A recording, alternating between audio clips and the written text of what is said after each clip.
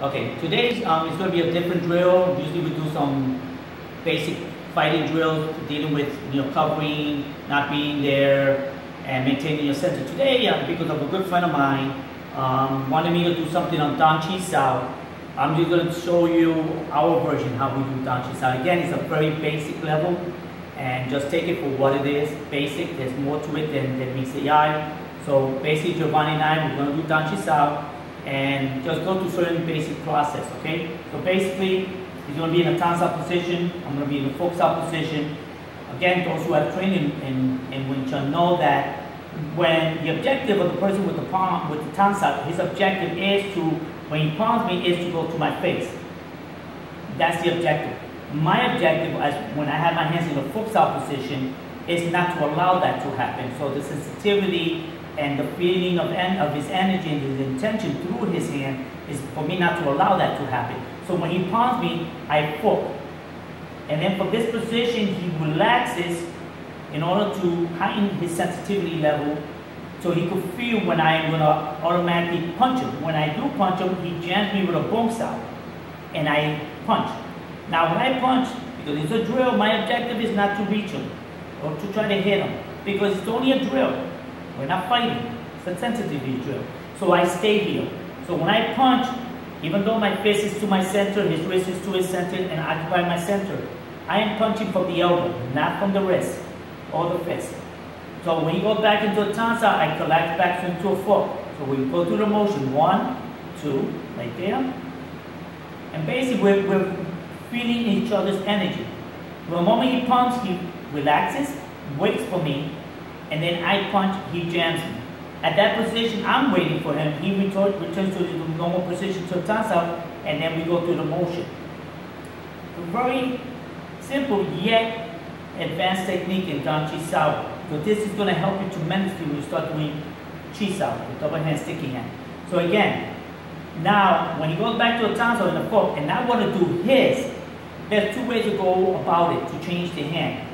I will do the first version is I will press. When I press, he runs his tongue out and he punches me and I go and become a bong sao. I return back into a tongue sao position, he returns to a fook sao, and we do the same thing all over again. Now, my tongue sao is in a very low hand position for the sake of the drill. Certain people have it elevated to a certain height. That's perfectly fine. We work it at this level. Again, it's just a sensitivity drill.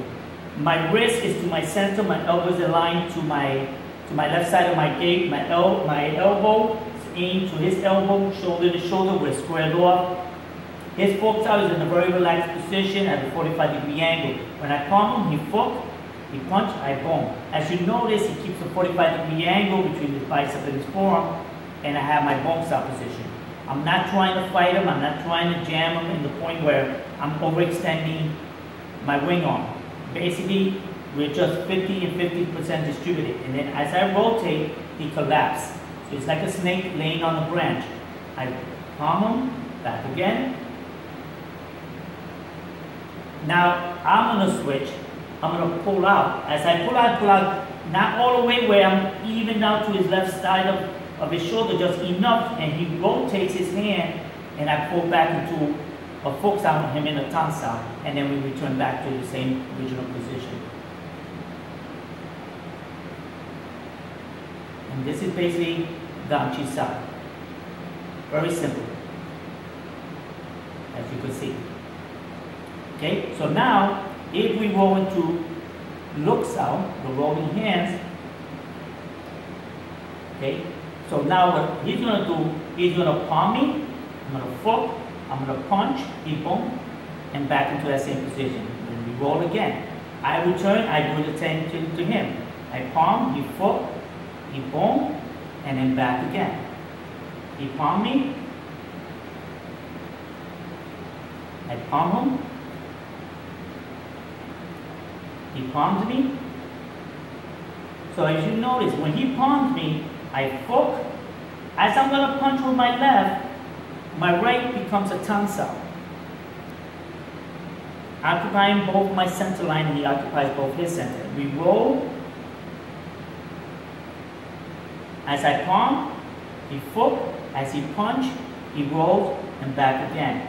And this is the way you apply it when doing one way of applying it and doing Chisa. Okay, he palming.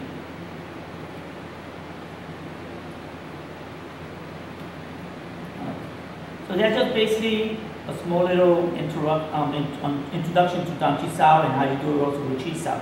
So right now, okay, so now he's going to do the exchange hand with a lap Sao. And lap means, okay, back again. Okay, one more time. Okay, so as you notice, as he does the exchange hand, he's preventing me from hitting him with this hand, and then he lap Saos me. Boom, breaking my structure. As I do it to him, I exchange and I lap. One more time, I exchange and I lap. One more time, exchange and I lap. This time he's going to do it to me. I can't do it. I Kwang Sao, lap it, chop it. He's going to do it again. Again. Okay. One more time. Okay. So that's basically an introduction of those things. And I hope you enjoy it. And thank you.